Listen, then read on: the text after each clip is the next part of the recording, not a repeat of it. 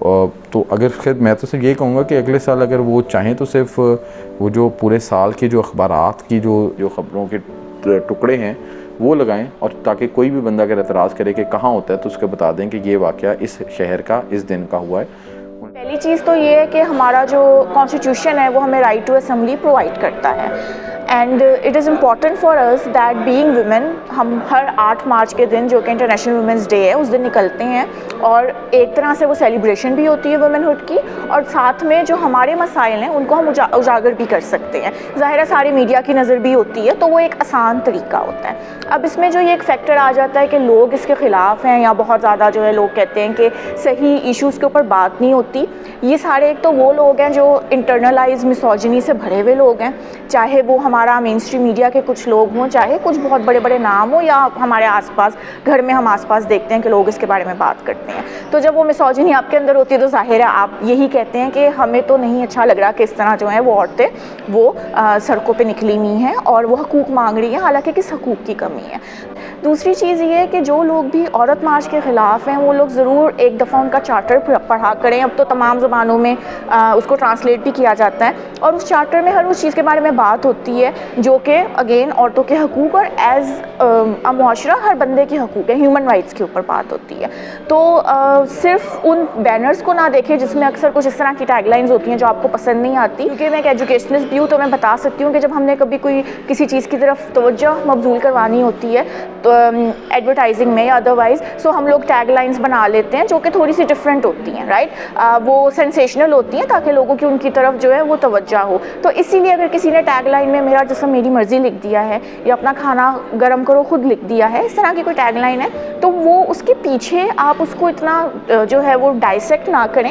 مارچ کا مہینہ جب بھی آتا ہے تو لوگ خواتین کے حقوق پر بات کرنا شروع کر دیتے ہیں پہلے ویک سے ہی، تو it takes like whole week جب ہم بات کر رہے ہوتے ہیں، تو مجھے لگتا ہے بہت اچھی بات ہے کیونکہ پورا سال تو ہم اتنا حسل بسل میں ہوتا ہے کہ عورت کو آئیڈینٹیفائی کرنے کے لیے، اس کے سیکریفائس کو ایکنالج کرنے کے لیے وقت ہی نہیں ملتا۔ تو چلیں 8 دن اگر عورت پر بات کی جاتی ہے تو اتنا اس کو کانٹروورشل نہیں بنانا چاہیے۔ شروع میں ہم نے دیکھا کہ کچھ ایسے نعرے جن کو بہت زیادہ مین اسٹریم میڈیا کا حصہ بنایا گیا، اس پر بہت زیادہ بات بھی ہوئی، اور پھر مجھے لگتا ہے کہ پچھلے 3 مارچ سے ہم نے بڑا فرق دیکھا انتظامیہ میں بھی، ان کی اسٹریٹجی میں بھی، جو کہ ایک اچھی چیز ہے کہ انہوں نے اپنے آپ کو مولڈ کیا کہ سوسائٹی میں اگر آپ نے خواتین کے حقوق پر بات کرنی ہے تو نارمس کے ساتھ جڑے رہتے ہوئے بات کرنی چاہیے۔ جس لبرٹی اور فریڈم کا تذکرہ شروع کے سالوں میں کیا گیا اس کو میں بھی ڈینائی کرتی ہوں، because I feel my self کہ اگر میں کسی بھی ہجوم میں کھڑی ہوئی ہوں اور میں کوئی بھی بات کر رہی ہوں تو میرا باپ، میرا چچا، میرے تایا، میری پھوپھو مجھے اون کرنے سے انکار نہ کریں، ان کو شرمندگی نہ ہو کہ یار اس نے ایسی بات کی ہے کہ سوسائٹی کا حصہ نہیں ہے۔ لیکن جہاں ہم بات کرتے ہیں کہ خواتین لیس پیڈ ہیں تو یس، مزدور خواتین کے رائٹس کا کون خیال کرے گا، بالکل ٹھیک بات ہے۔ تو اگر آپ ایجنڈا پڑھیں تو وہ بہت ریزنیبل، بہت مناسب ہمیشہ سے رہا ہے۔ اس کی پریزنٹیشن شروع کے سالوں میں تھوڑی سی کنٹروورشل تھی، جس کو بہت زیادہ میگنیفائی کر کے بتایا گیا، کیونکہ خطرہ یہ تھا کہ شاید اب خواتین کے حقوق پر اتنی زیادہ بات ہوگی کہ مردوں کے حقوق شاید سلب کر لیے جائیں گے، تو ایسا نہیں ہے۔ خواتین خود بھی چاہتی ہیں کہ ان پر مردوں کا شیلٹر ہو۔ میں ایسی کسی خاتون کو نہیں جانتی جو اس چیز سے انکار کرے کہ اسے ایک شوہر نہیں چاہیے، اس کو باپ نہیں چاہیے، اس کو بھائی نہیں چاہیے، یا وہ اس میں گھٹن محسوس کرتی ہے، بلکہ یہ تو اللہ تعالیٰ کی جانب سے بنائے گئے رشتہ بڑے پاکیزہ، بڑے مقدس رشتے ہیں۔ ہاں اگر کوئی شوہر، مطلب آپ امیجن کریں نا 7 کروڑ 7 ارب کی آبادی میں سے ایک شخص جس کے ساتھ آپ اپنا باڈی، اپنا سول، اپنے ایموشن سب کچھ شیئر کریں، اور وہ شخص آپ کی پرائیویسی بریچ کر کے آپ کی ویڈیوز، آپ کی فوٹوز وائرل کر دے کہ چلیں اس سے بھی پیچھے آئے تو آپ کو ڈومیسٹک وائلنس کا شکار بنائے، یا اس سے بھی پیچھے آئے تو آپ کو مینٹل ٹارچر کرے، تو آپ کیا کریں گے؟ اگر ان ایشوز کو ایڈریس کرنے کے لیے مارچز کرنے پڑیں تو اس میں کیا قباحت ہے؟ سوسائٹی کو سینسٹائز کرنے کے لیے ہمیشہ مارچز کی جاتے ہیں، اور یہ ایک بہت ہیلدی ایکٹیویٹی ہے for the peaceful protest to say کہ ہمارا اوپینین یہ ہے، اس پر تھوڑی سی توجہ دی جائے۔ تو ہم نے دیکھا ہے کہ بہت سارا چینجز بھی آتے ہیں، سوسائٹی 360 پیراڈائم شفٹ پہ چینج ہوتی ہے، صرف اس بات سے کہ کوئی نہ کوئی بات آپ کے دل میں اتر جاتی ہے اور آپ کو لگتا ہے کہ یار واقعی خاتون اتنا کنٹریبیوٹ کر رہی ہے۔ تو اس لیے تھوڑا سا ہمیں ضرورت ہے کہ ہم خود سینسٹیو ہو کر اس بات کو سوچیں، اور women are nothing without men and men are nothing without women,